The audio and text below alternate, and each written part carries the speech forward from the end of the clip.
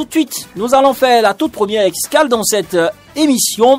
Et là, c'est Romain Dekadievi qui nous amène, qui nous fait voyager. Vous savez, par moment, il intervient pour nous faire voyager, pour nous faire découvrir beaucoup de choses à travers ses productions. Et cette fois-ci, il nous parle des femmes. Oui, intégration réelle du genre pour une accélération de la transition énergétique.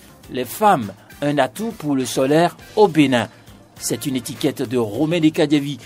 Ah oui, que je vous invite à suivre.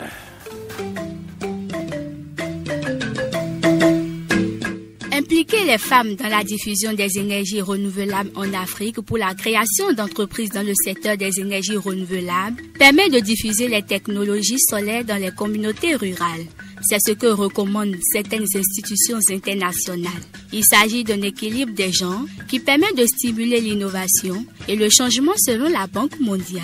Le Millennium Challenge Corporation, par exemple, priorise l'analyse des contraintes sociales et de genre pendant l'élaboration du Compact MCA Bénin 2, basé sur l'énergie renouvelable, et en fait un principe qui suit son cours de façon transversale dans la pratique professionnelle de toutes les directions, départements et projets du programme. Désormais, il faut des carrières féminines pour réussir la transition énergétique. Mais en Afrique, beaucoup de zones rurales sont encore privées d'accès à l'électricité. En réponse à ce défi, plusieurs femmes au Bénin s'investissent peu à peu dans l'entrepreneuriat de l'énergie solaire. Ces femmes, qui représentent plus de 51% des populations béninoises selon le dernier recensement des populations de 2013, sont présentes sur toute la chaîne de production et de consommation de l'énergie solaire, ce qui représente un atout à renforcer pour l'atteinte de l'ODD 7.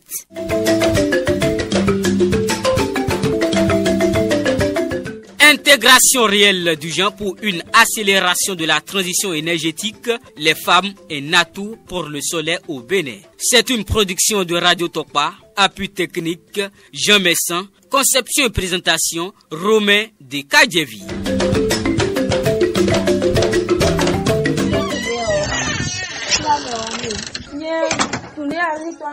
Quartier Zimbo, dans la commune de Ouida, ce jeudi 12 mars 2020, 20h20. Dame Karine nous reçoit dans sa maison bien éclairée. La source d'énergie ici, c'est le soleil, nous raconte-t-elle, l'air tout épanoui. J'étais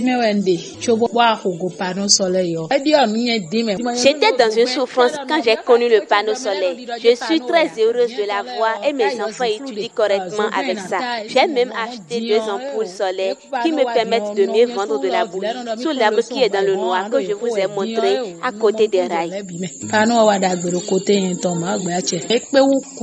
Comme cette mère de 3 enfants, le soleil a aussi changé le quotidien de Doumouin et de Mariam grâce à des lampadaires solaires à Dougou. Toutes deux vendeuses, elles sont déjà présentes depuis 6h20 sur ce parc de Dougou dans le 1er arrondissement pour leurs activités. Moi, je vends sésame. Avant, il n'y a pas de lumière. On n'atteint pas 23h. Mais maintenant, comme il y a la lumière là, on peut atteindre 23h et vendre notre chose. Ça nous arrange bien. Moi, je vends du andou. C'est grâce au lampadaire solaire que nous sommes là tôt ce matin pour vendre.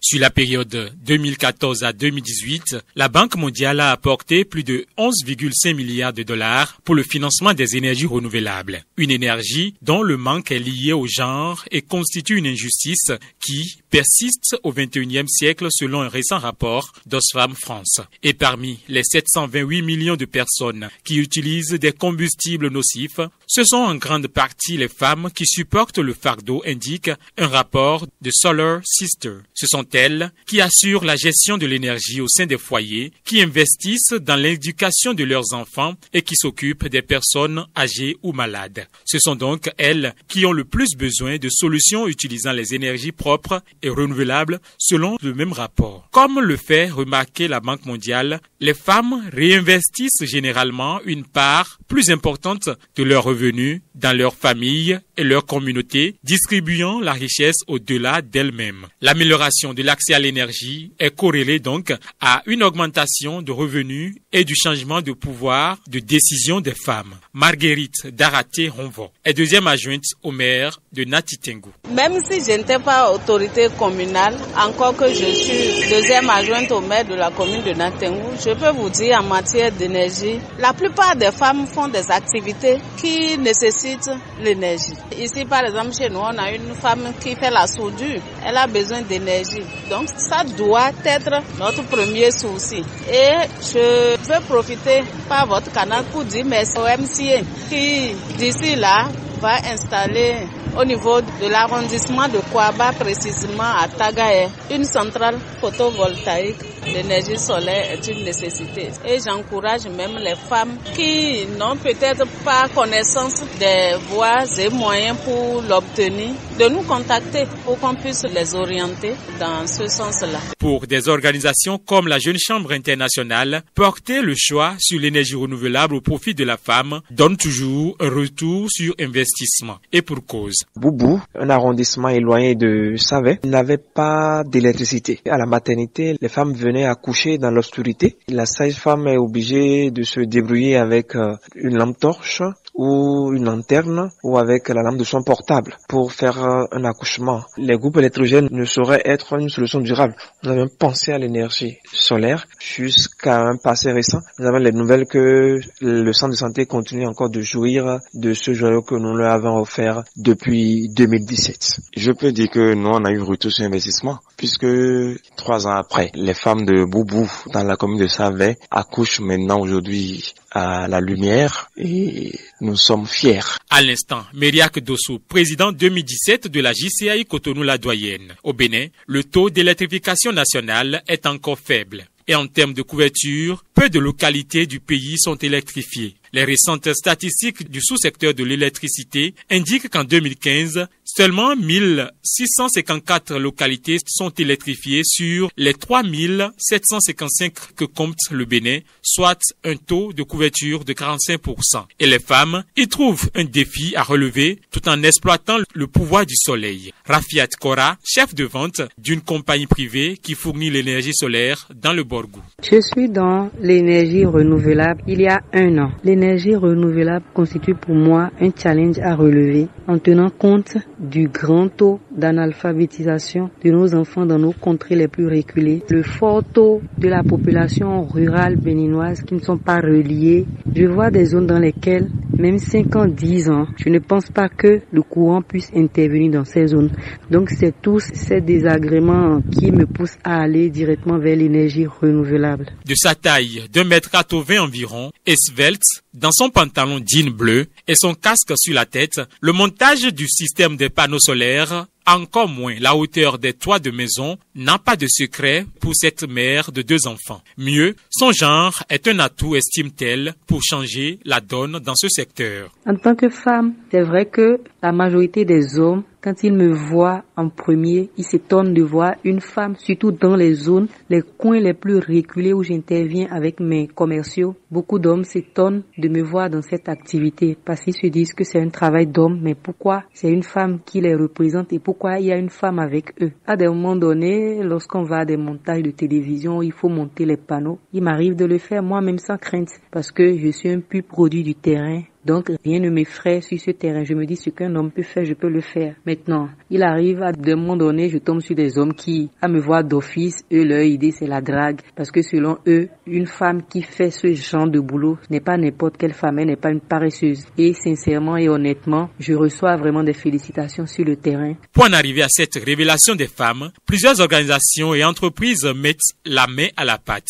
C'est le cas de l'ONU Femmes, qui promeut l'amélioration de l'accès à l'énergie au travers des activités de planification et de politiques énergétiques sensibles au genre, en appuyant l'entrepreneuriat des femmes dans le secteur de l'énergie durable et en améliorant leurs compétences et leur accès aux sources financières. Ismen Ahamide Zoumenou est promotrice d'une entreprise qui offre des solutions en matière d'énergie adaptées aux ménages, industries, infrastructures publiques au Bénin. Aujourd'hui, dans le développement de tout projet, il y a des volets genre qui sont insérés et qui permettent de sensibiliser et d'informer les femmes et de les amener à s'impliquer dans tous les projets qui sont en train d'être développés. Beaucoup de femmes sont informées des rôles qu'elles sont capables de jouer dans ce genre de domaine. Moi, personnellement, j'ai eu beaucoup à œuvrer, à sensibiliser et à former les femmes, leur montrer les intérêts qu'elles avaient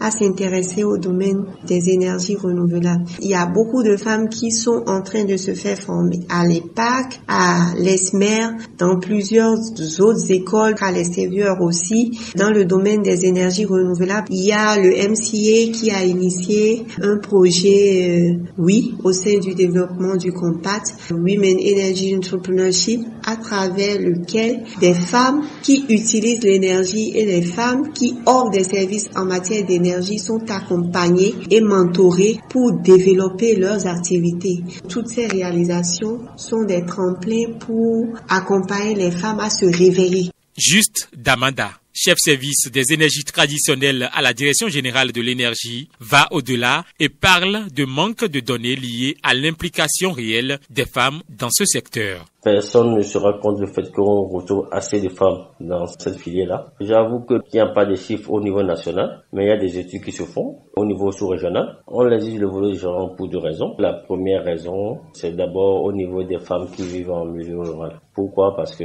si on ne les implique pas dans tout ce qui est conforme d'énergie, surtout que le taux d'accès à l'énergie dans les milieux ruraux est faible, c'est seulement de 6%, 5%. Si on ne les implique pas, c'est que on ne va pas atteindre l'objectif visé. Maintenant, au-delà de ça, c'est qu'il faut encourager aussi les femmes à s'impliquer davantage dans ce que nous appelons les sciences dures. Donc voilà pourquoi aussi de l'autre côté aussi, on parle de l'inclusion des gens au niveau de la formation, au niveau du renforcement des capacités. Au niveau du ministère de l'énergie, il y a une cellule genre. Donc on fait des efforts aussi pour que les femmes soient incluses. Nous avons tout à gagner à les impliquer dans tous les secteurs d'activité, y compris le secteur de l'énergie, et particulièrement l'énergie sur les photovoltaïques. Le processus doit commencer dès la base. Si on commence par inculquer cette culture-là dans la base, progressivement, c'est que le nombre de femmes qu'on verra impliquées dans le secteur de l'énergie va croître aussi. En plus de ce manque d'informations précises pour renseigner sur l'apport réel des femmes pour accélérer la transition énergétique, certaines femmes continuent de rester dans l'ombre des hommes dans le secteur. Constat chez quelques vendeurs de panneaux solaires à Nati Tengu et à Pau. Ici, nous sommes à Nati. Le quartier, là, on appelle ça Djengerebere. Est-ce que parmi vos clients, vous rencontrez des femmes? Non, il n'y a pas une femme qui vient seule. Même si une femme vient, il vient avec un homme comme ça. Mais seule comme ça, là, elle vient. Ça dit que les femmes n'ont pas un intérêt pour ça. Bon, il y a beaucoup de gens, ils vont envoyer les garçons, pour payer pour eux. Ils vont dire que peut-être c'est les hommes qui connaissent l'affaire de ça, c'est pour cela qu'ils vont les mettre devant pour venir payer. Les femmes viennent ici acheter. Il y a les femmes de notre client beaucoup. Avant, on ne s'est pas nombreux en Atitengu qui vendent panneaux solaires. Mais maintenant, non, il y a ça partout. Mais ça ne coûte pas cher comme avant. Les clients, par rapport aux femmes, elles veulent que leur mari ou soit leur copain viennent d'abord demander quel avantage que si on installe solaire, on va trouver dedans d'abord. Même si c'est les femmes viennent installer là, si ils ont leur argent dans leur poche là, ils veulent d'abord que leur mari ou soit leur copain viennent demander d'abord réellement si elles ne vont pas dépenser leur argent pour que demain, ils ne voient pas ce qu'elles veulent, quoi. Cet état de choses pourrait fausser les projections, ce qui amène Juste Damanda à recommander la discrimination positive et résoudre l'équation de société patriarcale. D'ici 2030, l'Organisation internationale pour le travail prévoit près de 24 millions d'emplois. Et du rapport Africa and Pulse 2019, il ressort que l'Afrique subsaharienne est la région qui regorge le plus de femmes au profil entrepreneurial que d'hommes. Et dans un contexte où elles sont plus de la moitié des populations béninoises face à l'ambition du gouvernement de passer de 0 à 25% la part d'énergie renouvelable sur l'ensemble du mix énergétique d'ici 2025, ces femmes représentent plus qu'une opportunité pour le Bénin, un atout vers sa transition énergétique, une condition pour aller vers une énergie propre à un coût abordable pour tous. Car l'ODD 7 presse et 2030 n'est plus loin.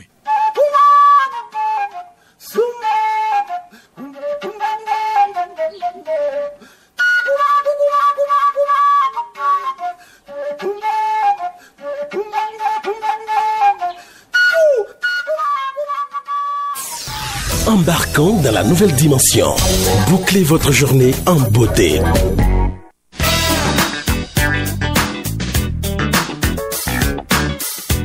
Voilà, c'était donc une production, une enquête de Romain Kadjevi, intégration réelle du genre pour une accélération de la transition énergétique.